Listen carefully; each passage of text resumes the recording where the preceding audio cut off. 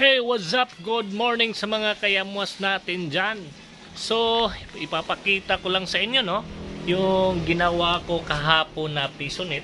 Ayan. So, ito yung front view niya, no? Yun. Yan. So, dalawa yung natapos ko.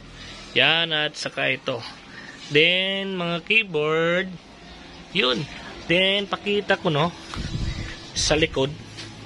Yan. So, ganito yung design para tuwing nag-aayos ako or naglilinis is madali lang. Yun.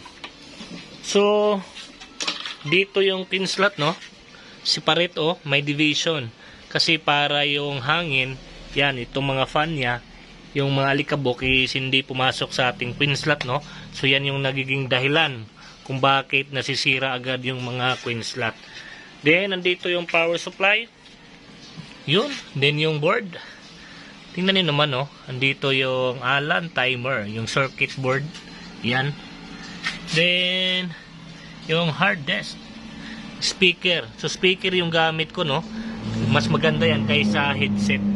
Lalo na ngayon na COVID, no? Para iwas, ano ba yan? Iwas mabahong tinga. Yan. Diba? Yun, napakastig. So, dalawa yung cooling fan. Sa likod at sa gilid. So, lahat yan palabas. Then, ito naman yung exhaust, no? Papasok yung hangin. Then, binubuga palabas. Then, yan. Astig. At ngayon din, may pinadala dito, no? Na piso wifi. Pinapaayos. So, ito is hindi galing sa akin, no? Nabili. Sinong may-ari nito? Yan, tingnan natin. Baka ito, Minzel. Then, ito naman is sa akin to nabili. Ito yung mga pioneering ko na ginawa dati. Yan. So, Mobile Legends yung cover, no? Ito yung mga ginawa ko dati. Yan. Then, yan. So, ngayon is ayusin ko itong dalawa. Flash complete. So, ayun mga kaymas, no? Naayos na. Itong first window, yung problema is SD card, no? Corrupted siya. So, ginawa ko is nire-flash ko lang. Then, yung pangalawang window, ito is wala na, no?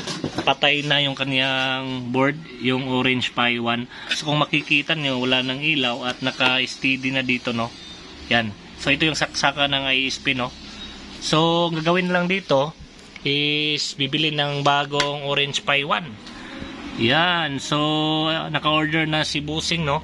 So, yung binibilhan namin is sa Coin Wi-Fi. So, sa mga interested paano gumawa ng piso Wi-Fi, may video tutorial ako.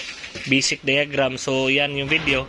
Panoorin nyo lang at 5 to 10 minutes after mapanood nyo yung video na yan, I'm sure na magiging interested kayo paano gumawa ng piso wifi. So hanggang dito na lang mga kayamwas. Then about naman sa PisoNet, no, may video tutorial din ako paano yan gawin. Yung mga wiring, no. So kahit 10 minutes lang na panoorin yung video, I'm sure din na matututo kayo paano gumawa ng yan, yung set timer ng PisoNet. So hanggang dito na lang sa bago dito sa akin channel, huwag kalimutang i-like ang video na to at siyempre click mo ang notification bell para kung may bagong video ulit ako, ma-notify kayo. So kita-kits!